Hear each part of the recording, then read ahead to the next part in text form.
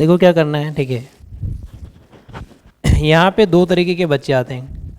First category में क्या है, ये जो बच्चा आता है ना कोटा, ये 10th पास करने के बाद आता है। तुम भी तो 10th पास करने के बाद ही आया होगा, है। 10th पास करने के बाद जो बच्चा आता है वो जनरली जब वो पढ़ाई करता है तो वो सबसे पहले पेपर जब हैंडल करेगा तो उसमें क्या करेगा, वो केमिस्ट्री।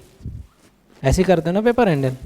जब टेस्ट वगैरह होता है तो पहले केमिस्ट्री करता है, फिर क्या करता है, फिजिक्स, फिर क्या करता है, मैथ्स।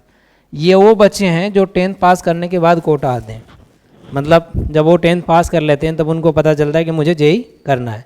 तो 10th पास करने के बाद अगर मान लेते हैं, मैं एक एग्जाम्पल लेता हूँ, ठीक है, एग्जाम्पल ले रहा हूँ जेई मेंस का। किसका ले रहा हूँ, 10-15 मिनट लगेगा, ध्यान से समझना है, बहुत इंपॉर्टेंट है। अगर ये समझ लिया तो आगे के जो बचे हुए टाइम है वो ख़राब नहीं होंगे। अगर नहीं समझा तो 1 साल तो निकल गए और आने वाले भी 1 साल निकल जाएंगे, पता नहीं चलेगा। समझ रहे हो, 1 साल निकलने के बाद रियलाइज होता है कि मेरे से क्या गलतियाँ हुई। जब वो 10th पास करके आता है तो बहुत ज़्यादा जोश में होता है, उसको लगता है इतना सारा बैनर देखता है, पोस्टर, समझ रहे हो, एडमिशन लेता है, जहाँ भी रूम वगैरह लिया सेटल हो गया, उसको लगता है अब तो जेई हो ही जाएगा। लेकिन 1 साल के बाद पता चलता है कि क्या हुआ। अगर जेई मेंस वगैरह मान लो 300 नंबर का पेपर है तो 300 में बच्चा क्या करेगा, कितने का टोटल आएगा, 25 × 3, मतलब टोटल कितने आएंगे, 75 क्वेश्चन। 25 क्वेश्चन सबका होगा। उसमें ये बच्चा है ना, अगर मान लो मैक्सिमम 15 से 17 या मान लो 17 से 20 कर देता हूँ, ठीक है, अपर रेंज ले लेता हूँ, 17 से 20 ज़्यादा से ज़्यादा केमिस्ट्री का करेगा, 15 से 17 क्वेश्चन है फिजिक्स का करेगा, और 8 से लेके 15 क्वेश्चन है मैथ का करेगा। ये होता है, मतलब मैं तुम्हारी अकेले को नहीं बता रहा हूँ, मैं ओवरऑल बता रहा हूँ कि अगर एक फेज में 2000 बच्चे 4000 बच्चे हैं तो उनमें से बता रहा हूँ कि ज़्यादातर बच्चों का यही रेशियो रहता है कि वो इस सीक्वेंस में करेगा अटैम्प्ट और ऐसे ही करेगा।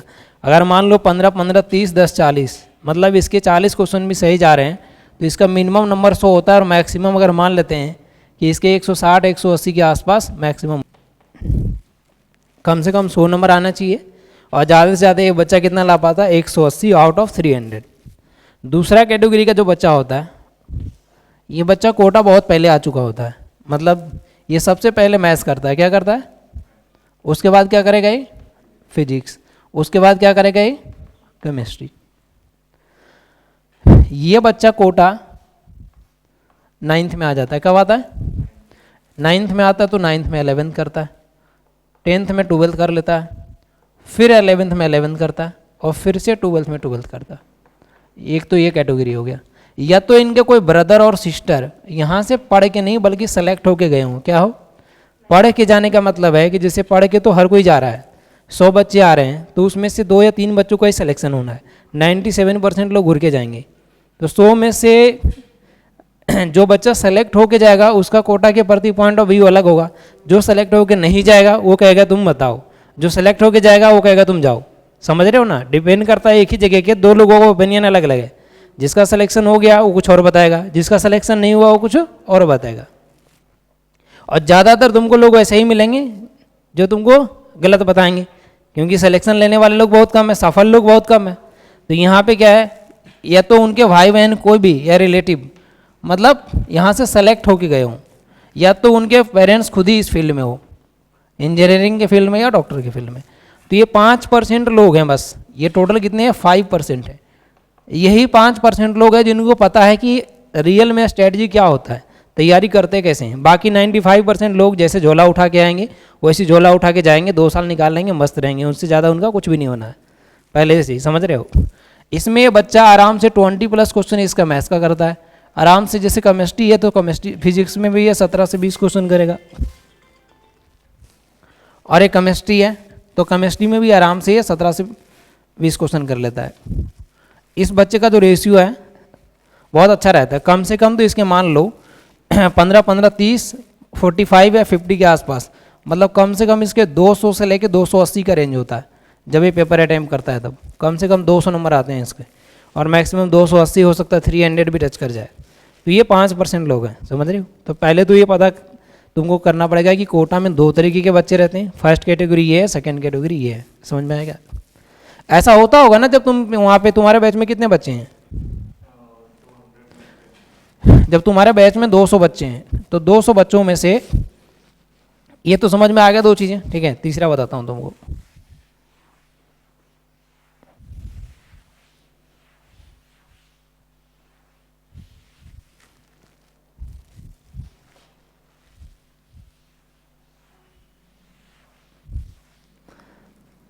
अब यहाँ पे क्या रहता कि फर्स्ट में है कि लेक्चर, तुम्हारे लेक्चर के अंदर कितने बच्चे रहते हैं बताओ? 200 स्टूडेंट हैं। 200 बच्चों में से कुछ ऐसे बच्चे होंगे जैसे तुम क्वेश्चन टीचर देते हैं और वो तुरंत आंसर दे देता होगा। ऐसे कितने बच्चे होंगे? 10 या 15, इससे ज़्यादा नहीं होंगे। ये 10 और 15 वही बच्चे हैं जो मैं तुमको बताया कि ये 5% लोग होते हैं, समझ रहे हो? 10 to 15 स्टूडेंट ऐसे होंगे, वहाँ पे तुमको ये पढ़ाएंगे थ्योरी प्लस क्वेश्चंस। ये क्या होता है? इसको बोलते हैं टीचिंग नोट्स। क्या होता है? टीचिंग नोट्स टीचर के पास पहले से रहता है, समझ रहे हो? उसमें सब कुछ पहले से ही प्री प्लान रहता है कि हम इस लेक्चर को कितने दिन में पढ़ाना है, फर्स्ट क्लास में कितना पढ़ाना है, वो मेरे पास रखा हुआ है अंदर में, ठीक है? तो ये फर्स्ट में आगे लेक्चर के अंदर थ्योरी प्लस क्वेश्चंस पढ़ाएंगे। कुछ ऐसे बच्चे होंगे जैसी टीचर तुमको थ्योरी खत्म होने के बाद क्वेश्चंस देगा वो तुरंत आंसर दे देगा। बाकी बच्चे जो होते हैं वो डिमोटिवेट हो जाते हैं कि मेरे से क्यों नहीं हो रहा, उससे कैसे हो गया, समझ रहे हो? और यहाँ से जो फर्स्ट टाइमर बच्चा होता है, इसमें 2 कैटेगरी के बच्चे हैं, एक 95% वाला, एक 5% वाला। जो 95% वाला है वो बेचारा को थ्योरी ही क्लियर नहीं होता। थ्योरी जब पढ़ाते हैं तो उसी में लगता है कुछ कुछ पॉइंट्स पे डाउट है। ऐसा आता है कि नहीं आता है? जब तुम पढ़ रहे होते हो तो तुमको लगता है कुछ ऐसी चीज़ें हैं जो मुझे डिस्कस करना चाहिए, सर से पूछना चाहिए, ऐसा लगता है कि नहीं लगता है तुमको? लेकिन वो चीज़ें हम उस भीड़ में नहीं पूछ पाते हैं। जब वो नहीं पूछ पाएंगे तो हम क्वेश्चन हमारा नहीं हो पाएगा। 2 मिनट ट्राई करने के लिए देंगे या 1 मिनट ट्राई करने के लिए दिए, उस समय तुम्हारा क्वेश्चन नहीं होगा। जब क्वेश्चन नहीं होगा तो तुम ऑलरेडी वहाँ पे क्लास में तुम्हारी नेगेटिव एनर्जी हो गई, डिमोटिवेट हो गया। अब तुमको क्या है कि जब तुमको होमवर्क मिलेगा, समझ रहे हो? अब जो क्लास का क्वेश्चंस का लेवल है वो थोड़ा बेसिक रहता है। कैसा रहता है? बेसिक। जो क्लास में तुम्हारे टीचर क्वेश्चंस कराएंगे वो उतने हाईफाई नहीं होंगे। जो तुमको होमवर्क मिलेगा उससे टफ मिलेगा। जो क्लास में कराएंगे उसके रिस्पेक्ट में जो होमवर्क होगा वो थोड़ा टफ होगा। तो जब तुम्हारे को क्लास में समझ में नहीं आएगा तो होमवर्क तुम्हारा 100% कंप्लीट नहीं होगा। हो सकता है वो होमवर्क जो उन्होंने दिया हो 1.5 घंटा का हो या 1 घंटा का हो, लेकिन वो तुम उसको लेके दिन भर भी बैठे रहोगे तो हो सकता है तुमसे वो पूरा नहीं हो पा रहा होगा। होता है कि नहीं होता है? जब तुम्हारा होमवर्क नहीं हो पाएगा तो फिर क्या करोगे? जब होमवर्क 100% नहीं कंप्लीट होगा तो तुम्हारे अंदर एक नेगेटिविटी आएगी। आएगी कि नहीं आएगी? अब जब नेगेटिविटी आए, होमवर्क नहीं कंप्लीट होगा तो तुम्हारा टेस्ट में नंबर नहीं आएगा। पहला तो ये तीसरा पॉइंट है कि तुम्हारे टेस्ट में मार्क्स नहीं आएंगे जितना आना चाहिए। देखो ना, सबका लिंक कहाँ से है? क्लास से।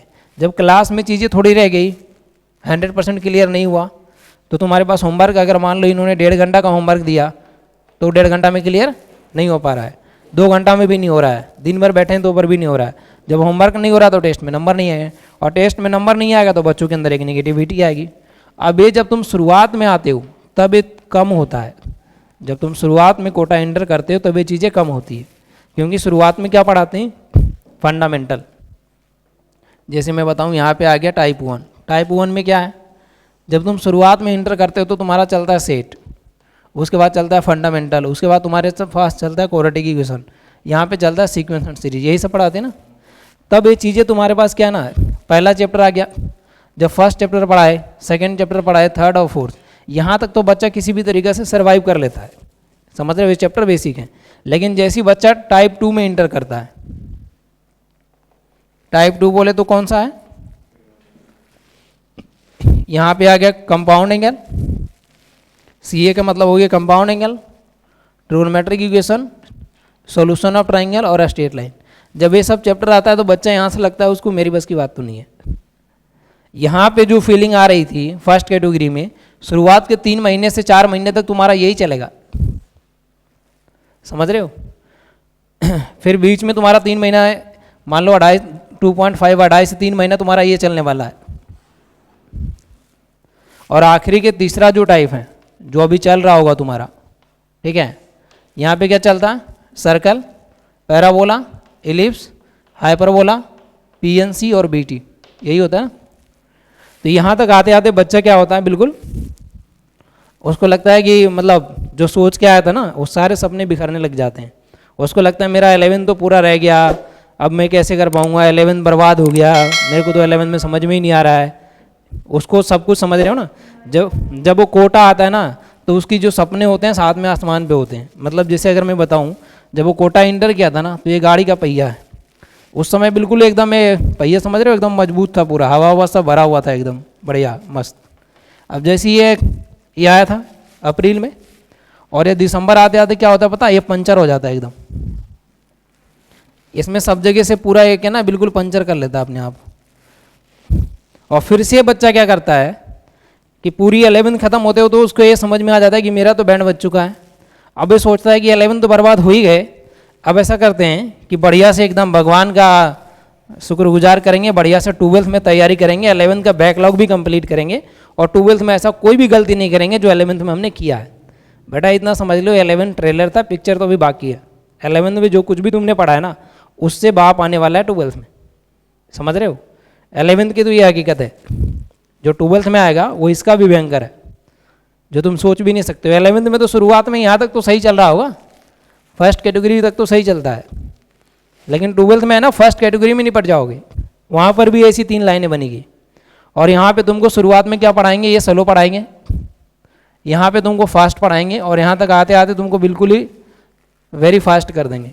ऐसा होता है कि नहीं होता है? यही होता है ना। जब शुरुआत में तुम यहाँ पे एक स्टूडेंट है, यहाँ पे अगर मान लो कि ये कोचिंग सिस्टम है, ठीक है, और यहाँ पे एक फैकल्टी है। फैकल्टी क्यों जाता है कोचिंग में? जॉब के लिए। तुम यहाँ पे किसके लिए जाते हो? पढ़ने के लिए। इन दोनों में डायरेक्ट कोई कनेक्शन नहीं होता। कोई भी टीचर से आपके कोई भी पेरेंट्स जाके नहीं मिल सकते हैं। किसी भी टीचर कोई भी पढ़ा रहा है तो उससे आप डायरेक्टली नहीं बात करोगे कि हमारा बच्चा का क्या चल रहा है। या मान लो मैं ही पढ़ा रहा हूँ, वहाँ पे 200 बच्चे हैं, तो मैं हर बच्चों का नाम थोड़े ना ध्यान रखूँगा कि किसके बच्चे में क्या है नहीं है, कौन कैसा परफॉर्म कर रहा है। किसी को कोई मतलब नहीं है। तुमको मतलब भी है कोचिंग सिस्टम से और हमको भी मतलब है कोचिंग सिस्टम से। बच्चे और स्टूडेंट में मतलब टीचर और स्टूडेंट में डायरेक्टली कोई कनेक्शन नहीं है, समझ रहे हो। ऐसा हुआ कभी कि मान लो कोई टीचर जो तुमको पर्सनली जानता हो या तुमको पर्सनली हैंडल करता हो, ऐसा नहीं हो सकता वहाँ पे।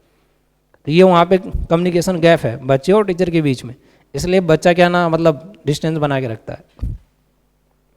अब यहाँ तक आने के बाद तुमको क्या करना है कि अभी देखो जैसे हम लोगों के पास क्या रहता है कि जब हम पढ़ाते हैं तो हमारे यहाँ क्या रहता है, जैसे लेक्चर है तो लेक्चर के अंदर हम लोग थ्योरी प्लस क्वेश्चंस कराते हैं, ठीक है। इसमें हमारे पास मैक्सिमम जो स्टूडेंट्स होता है, यहाँ पे मान लो 15 से 20 स्टूडेंट है एक बैच में, 15 से 20 बच्चे हैं, ठीक है। 15 से 20 बच्चे एक बैच के अंदर रहते हैं।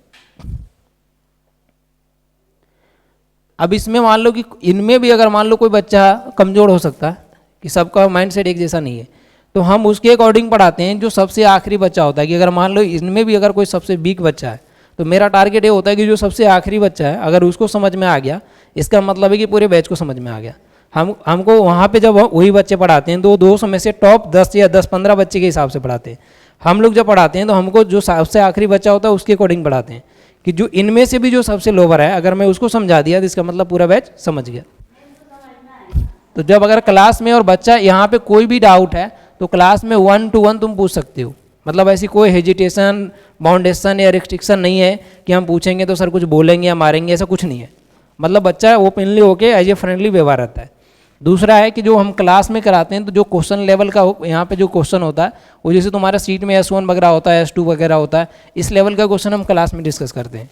O2 वगैरह जो है ना, इस तरीके के क्वेश्चन क्लास में होते हैं, जिससे कि बच्चों को जब हम होमवर्क दें तो उसको ऐसा ना लगे कि बहुत ज़्यादा टफ है।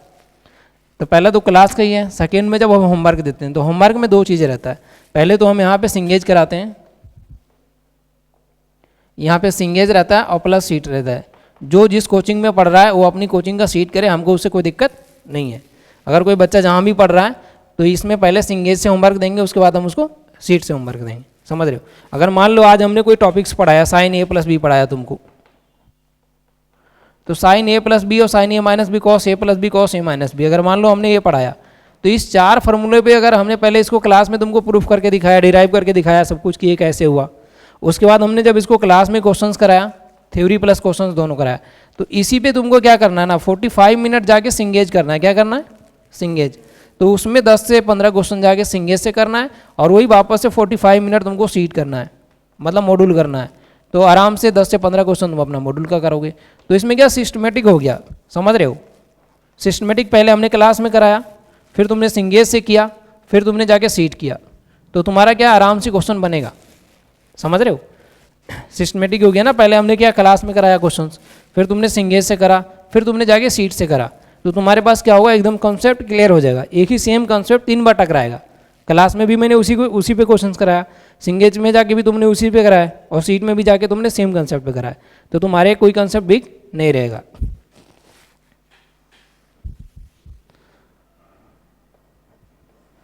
तो ये पहला आ गया क्लास, ये लेक्चर का आ गया। उसके बाद तुम्हारे पास ये होमवर्क आ गया, ठीक है। होमवर्क के बाद तुमको शॉर्ट नोट्स बनाना होता है। क्या करना होता है? शॉर्ट नोट्स, मतलब रोज पढ़े हो जो भी हम क्लास में पढ़ाएंगे उसको जाके एक शॉर्ट नोट्स डायरी रोज बनाना है। नहीं तो क्या होगा, 10 या 15 दिन के बाद इतना इकट्ठा हो जाएगा कि तुमको मन ही नहीं करेगा शॉर्ट नोट्स बनाने का। तो तुमको क्या करना है, शॉर्ट नोट्स बनाना है रेगुलर, रोज का काम रोज करना है। उसके बाद फोर्थ में है PYQ। PYQ मतलब प्रीवियस ईयर क्वेश्चन बैंक। और इसमें जैसे यहाँ पे आ गया तुम्हारे पास सिंगेज आ गया, सीट आ गया, प्लस में ये DPP आ गया। हमारे तरफ से DPP भी मिलेंगे। तो ये 3 तरीका का मटेरियल तो वहाँ पे आ गया। और जब ये मान लो चैप्टर कंप्लीट हो जाता है, ये तीनों चीज़ें क्लियर कर लेते हैं, तो उसके बाद हमको यहाँ पे 46 ईयर अभी आ रहा है। 46 ईयर बोले तो जब से IIT चालू हुआ है 1978 से लेके 2023 तक, अभी 2023 का पेपर हुए हैं, 2024 का होने वाला है। तो अभी तक के जितने भी पेपर्स हैं उसी को बोलते हैं PYQ, previous year question bank. जब तुम ये सिस्टमेटिक तरीके से लगाओगे तब जाके तुम्हारे को पता चलेगा कि तैयारी कैसे होती है, समझ रहे हो? ये बात करनी पड़ेगी अभी। और जितना टाइम तुम्हारे पास बचा है मैं वो भी बता देता हूँ अभी, कि अभी जो टाइम बचा है तुम्हारे यहाँ, कितना टाइम बचा है। अभी मान लो कि कोई बच्चा दिसंबर चल रहा है, ठीक है, अभी से भी तुम्हारे पास मान लो पूरे अगले साल पूरे 12 महीना है। और तुम्हारा जो पेपर होगा, अगर मैं JEE एडवांस के अकॉर्डिंग बोलूँ तो अगले 2025 मई में होगा। तो 12 और 5 17 महीना। अभी भी तुम्हारे पास अगर मान लो तुमको 10th पास करना है, ठीक है, मैं तुमको एक एग्जांपल पूछता हूँ कि अगर तेरे को 10th पास करना है, क्या करना है, और उसमें 2 किताबें हैं, वॉल्यूम 1 प्लस वॉल्यूम 2। तो 10th पास करने के लिए वॉल्यूम 1 वॉल्यूम 2 दोनों पढ़ोगे या एक पढ़ोगे? दोनों पढ़ोगे ना। अगर मान लो दोनों मिला के 100 नंबर के पेपर बनते हैं, कितने नंबर का बनता है? वॉल्यूम 1 प्लस वॉल्यूम 2 दोनों मिला के 100 नंबर का पेपर बनता है। तो दोनों पढ़ना पड़ेगा। एक बार पढ़ने से तो बात नहीं बनेगी, कितने बार पढ़ना पड़ेगा? कम से कम 2 बार। कम से कम एक बार पढ़ोगे, एक बार रिवाइज करोगे, तभी तो बात बनेगी। ऐसे IIT के लिए क्या रहता है, IIT के लिए 2 चीज़ें हैं, 11th और 12th। 11th है जो वॉल्यूम 1 है, और 12th जो है वो क्या है, वॉल्यूम 2 है। तो 11 12 दोनों मिला के 100 नंबर का पेपर आएगा ना यार। तो तुम कोचिंग में क्या करोगे, 11th में 11th करते रह गए, दिसंबर आ गया, अगले साल जो तुम्हारे साथ का आस पड़ोस में कोई भी बच्चा हो उससे पूछना कि 12th में क्या करता है। वो 12th में 12th करते रह जाता है, और दिसंबर आते आते उसको ये पता चलता है कि अब तो इस साल बोर्ड ही करेंगे, JEE तो 13 में करेंगे। 11th के एंडिंग में पूरी 11th बर्बाद, कहता है 11th बर्बाद हो गया। और 12th के दिसंबर आते आते वो सोचता है कि 12th बर्बाद, अब जो JEE करना है वो तो 13 में करेंगे, इस साल बोर्ड हो जाए, बहुत बड़ी बात है। मतलब जो सपने सजा के लाया था वो सब बिखर गया उसका। वो भूल जाता है कि मैंने जब 10th पास करके कोटा एंटर किया था तो मैं किसके लिए किया था, समझ रहे? जब 10th पास करके एंटर किया तो 7वें आसमान में बस 12 महीना बचे हैं, और उसके बाद जो 3-4, अगर मैं एडवांस के ओरिएंटेड बोलूँ तो, ठीक है, तो तुम्हारे पास जो बचे हुए टाइम है, मतलब कम से कम अगर मैं 15 महीना भी पकड़ के चलूँ तो तुम आराम से 11th प्लस 12th, इसको बोलते हैं इंटीग्रेटेड कोर्स। क्या बोलते हैं? ये इंटीग्रेटेड कोर्स है, जिसमें तुम्हारा 11th का जो भी बैकलॉग रह गया है, तुमको ये लगता है कि 11th हमारा बिक रह गया है, कमजोर रह गया है, जो भी तुम्हारे माइंड सेट है, तो इसको वापस से मतलब 0 लेवल से पढ़ाते हैं हम लोग। जैसे 11th प्लस 12th है, तो इसकी जो क्लासें लगती है ऐसे लगता है, एक दिन होता है TTS और एक दिन होता है MWF। TTS का मतलब क्या होता है? ट्यूसडे, थर्सडे और सैटरडे, मंडे, वेडनेसडे और फ्राइडे।